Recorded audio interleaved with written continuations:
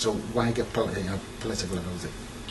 When you came out of the army, how did you find adjusting to civilian life? Terribly hard.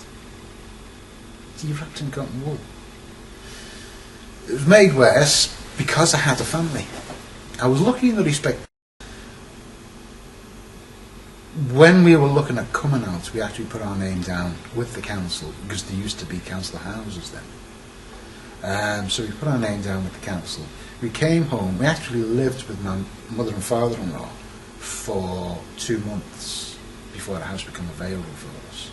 So we were lucky, and we got a lovely house. Then we had my daughter.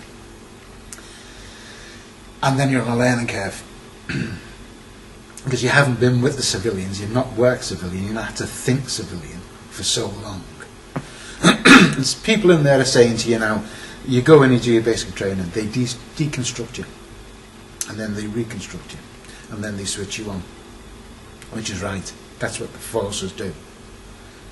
You're after 6 weeks, you're a totally different person to the guy that goes in, because you've been deconstructed, and you've been reconstructed. They switch you on. And they make you think. They don't switch you off. So when you come out, you're building your nest. You're trying to get a job. You're putting bread on the table. You're trying to find schools for kids. Hello? You know, there's a garrison school for that. No, there isn't. So you've got to find a school for them. How do you do the shopping with the naffy? There's no naffy. You've got to go and find your own shops. Obviously there's no transport to and from, so you've got to find your own transport. And as I said, at the end of the day, you've still got to try and get your head around the fact that there's no one breathing down your neck, looking over your shoulder, or schmoozing the way for you to do what you need to do. So you've got to learn all that, or relearn all that. Very difficult. But then 18 months of coming out, I was looking at going back in, because I found it so difficult. As I said, I had my daughter. My wife was not well while she was having her, so I was stuck there then.